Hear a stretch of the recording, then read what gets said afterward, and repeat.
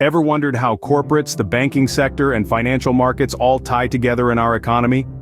Let's take a moment to unravel this intricate web that forms the backbone of our economy. It's a vast ecosystem where corporates, banks, and financial markets coexist and interact in a myriad of ways.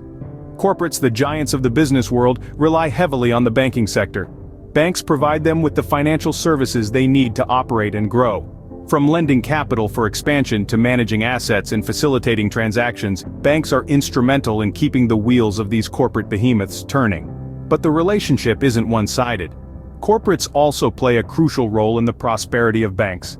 They deposit large sums of money, take out substantial loans, and use a variety of banking services. This symbiotic relationship forms a vital artery in the economic body, pumping financial lifeblood from one to the other. Now let's bring in the third piece of this puzzle, the financial markets. These markets are the arenas where buyers and sellers trade assets such as stocks, bonds, currencies, derivatives, and commodities. They're like the nervous system of the economy, transmitting signals that reflect the state of economic health. Corporates interact with financial markets primarily through the issuance and trading of stocks and bonds.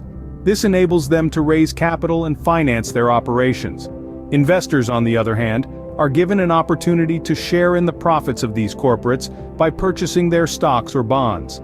Banks also interact with financial markets. They trade in various financial instruments, manage risk, and contribute to the overall liquidity of these markets. In doing so, they maintain their financial health and stability. The financial markets also influence the economy at large. They're a barometer for economic conditions, reflecting investor sentiment and expectations about the future. Fluctuations in these markets can signal changes in the economy, influencing policy decisions and corporate strategies.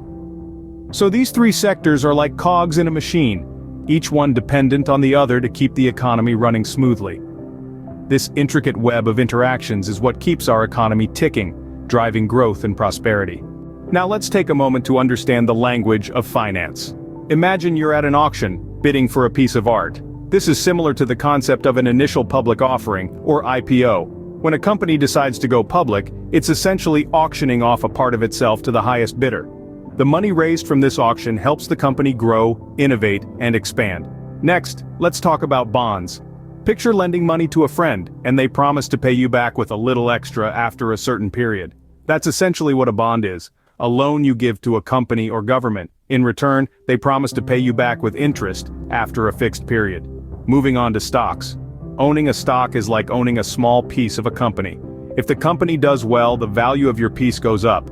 If the company struggles, the value of your piece goes down. Stocks represent a claim on the company's assets and earnings. Now consider mutual funds. Think of them like a basket of different fruits, where each fruit represents a different type of investment, like stocks or bonds. When you invest in a mutual fund, you're buying a slice of this basket, diversifying your investment across a range of assets. Finally, derivatives. Picture betting on a horse race. You're not buying the horse, but you're making a deal based on the outcome of the race. That's what a derivative is. A financial contract whose value is derived from the performance of underlying assets like stocks, bonds, or commodities. All these terms might sound intimidating at first, but once you break them down, they're just tools to help you navigate the financial world. So next time you come across these terms, you'll know exactly what they mean. Banks are more than just places to store your money. They play a vital role in the economy. Let's delve deeper into this fascinating topic. At the heart of any economy, we find banks acting as the lifeblood, circulating financial resources from those who save to those who need to spend or invest. This is commonly known as providing credit. Banks enable individuals, businesses, and governments to make investments, purchase goods and services, and embark on development projects. When you take out a mortgage to buy a home or a loan to expand your business, you're using credit provided by the bank. But the role of banks extends beyond just providing credit. They also facilitate transactions. Every time you swipe your card, write a check, or transfer money online, a bank is working behind the scenes to make sure that transaction goes smoothly. This function of banks is crucial in the modern economy, where countless transactions take place every day. Moreover, banks play a crucial role in managing risks. They absorb financial risks associated with lending and investments, thereby providing a safety net for the economy. The risk management function of banks is especially important in times of economic downturns. when the risk of default increases. Banks also play a vital role in maintaining the country's money supply. By adjusting the amount of money they lend, banks can influence the overall level of economic activity. They can stimulate economic growth by lending more, or they can cool down an overheating economy by tightening their lending. In addition, banks contribute to the economy by offering employment opportunities. From tellers and loan officers to investment bankers and financial analysts, the banking sector employs millions of people around the world. In conclusion, banks are much more than just vaults for our money. They are the engines that drive economic growth. They provide credit, facilitate transactions, manage risks, and regulate the money supply. They are the backbone of our economic system, allowing businesses to grow, governments to function, and individuals to achieve their financial goals. Without banks, our economy wouldn't run as efficiently as it does. Corporates and banks have a symbiotic relationship. Let's delve into it. Picture a bustling metropolis. At its heart, two entities thrive, feeding off each other in a cycle of growth and prosperity. These are the corporates and the banks, each needing the other to become stronger and more successful. Corporates, from fledgling startups to multinational conglomerates, rely heavily on banks. This dependence is multifaceted, encompassing various aspects of their operations.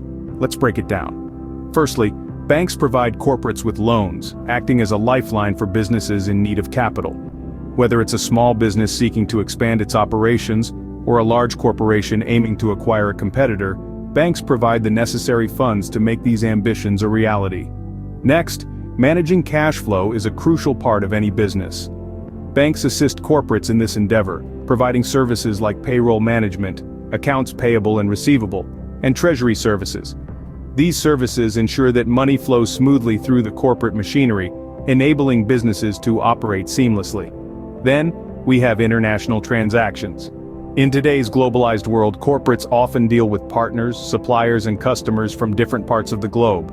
Banks facilitate these international transactions, helping businesses overcome geographical boundaries and navigate foreign exchange complexities. But this relationship isn't a one-way street. Banks also benefit immensely from serving corporates. Corporate banking is a significant revenue stream for banks. The interest from corporate loans, fees for managing cash flows, and charges for facilitating international transactions all contribute to a bank's bottom line. Moreover, banks gain a stable customer base in corporates, which often need ongoing banking services. This stability allows banks to plan strategically, ensuring long-term growth and profitability. In essence, this symbiotic relationship forms a pillar of our modern economy. Corporates need banks to fund their ambitions, manage their money, and bridge international boundaries. Banks, in turn, need corporates for revenue, stability, and strategic growth. So, you see, corporates and banks need each other to thrive. But what about financial markets? Where do they fit into this picture, you might ask? Well, let's dive into that. Financial markets play a pivotal role in the economy, acting as a conduit for the flow of funds from those who have an excess of it to those who are in need. Think of it as a giant global auction, where every second millions of transactions are taking place, each helping to shape the world economy. Let's start with how they help in raising capital for businesses. When a company needs money for expansion, it can either borrow from a bank or issue shares or bonds in the financial market. People like you and me, or institutional investors like pension funds, buy these shares or bonds, providing the company with the necessary capital. This process is essential for businesses to grow and innovate, and it's the financial markets that make it possible. Financial markets also facilitate the exchange of goods and services. This happens in the currency markets, where the exchange rates between different currencies are determined. These rates affect the cost of imports and exports, and consequently, the price of goods and services we consume every day. So, whether you're buying a cup of coffee or a car, the financial markets have played a part in determining its price. Lastly, financial markets enable risk management. They provide businesses and individuals with a way to protect themselves against various risks.